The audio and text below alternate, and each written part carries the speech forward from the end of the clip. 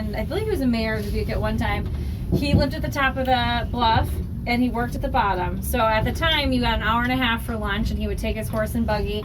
He would drive down to the bottom, and then for work, and then during lunch, he would come back up, and then have to go back down. What was really common at that time to take a nap over lunch hour, and that wasn't enough time for him to get his horse and buggy up and back and be able to take a nap and eat lunch. So he built the elevator. It was privately owned by him. The neighbors in the area began to, take an interest because it was cutting down commute time, and so they actually ended up utilizing it as well. It's burned down twice because this mechanisms all used to be wood, and so it's all been replaced with steel and cable. But it's definitely one of the most iconic things in Dubuque. Now, is it?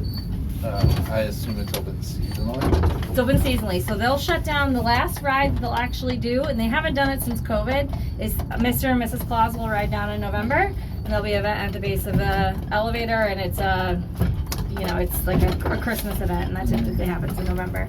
Hopefully they'll do that again this year. So then how did the Clauses get here last year? How did Santa? He found another mode of transportation. Okay. Right. They were quarantined. Yeah, The they were vultures helped quarantined. them. They were quarantined. They flew him in. And I don't know what the story is behind it, but if you look over out here on the wall, you'll see a tiny little elf. There's like a little elf so if you're writing for kids, or if you have kids, it's always fun for them to go find that. Something we tell them about, and then they have to go search for. All right.